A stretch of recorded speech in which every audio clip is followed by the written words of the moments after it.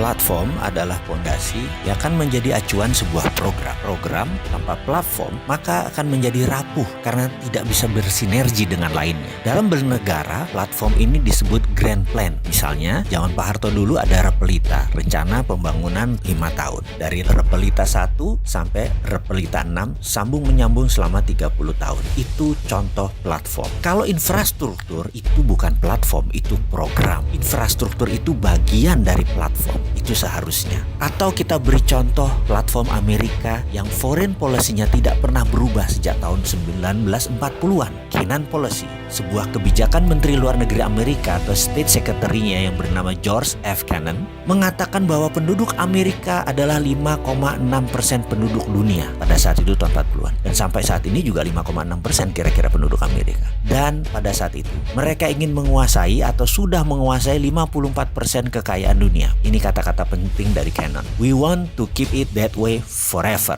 Hingga saat ini, sudah 70 tahun lebih kebijakan Amerika tersebut tidak pernah diubah. Secara perhitungan ekonomi, GDP Amerika saat ini menguasai 27%-an kekayaan dunia. Namun dari sisi swasta, kaum kapitalis Amerika, 40% kekayaan dunia dipegang mereka. Jadi kalau dijumlahkan swasta dan negaranya, GNP-nya, 54% kekayaan dunia saat ini masih dipegang Amerika. Itu adalah platform bernegara Amerika. Program infrastruktur Amerika dari 1940 sampai 1961, program satelit dan internet tahun 69 sampai 79, program manufaktur kimia, program obat-obatan farmasi, program penguasaan militer dunia, program IT, digital teknologi, program kendali pangan, dan program kendali energi adalah program-program yang Amerika jalankan untuk menunjang platform bernegara mereka. Satu, yaitu mereka ingin memegang mayoritas kekayaan dunia. World wealth 54% dikuasai dunia dan harus tetap dikuasai, dan itulah kebijakan mereka bermuara dari sana sampai saat ini. Kuncinya ada kata-kata we want to keep it that way forever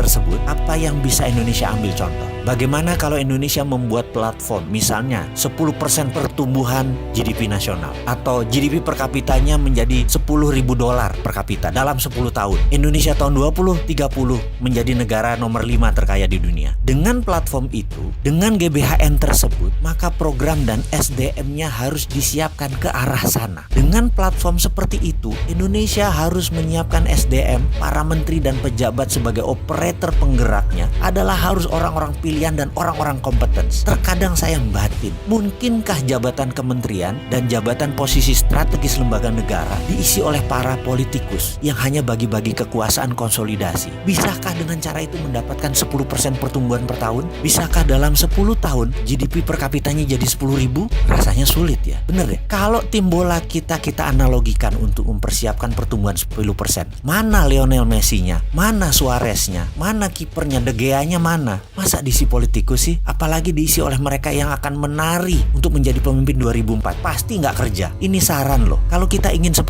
growth pertumbuhan dan GDP per kapitanya 10.000, ya harus ahlinya yang dipasang agar kita bisa menjadi negara berdaulat lebih cepat. Selamat berjuang manusia terbaik Indonesia. Salam NKRI garis lurus.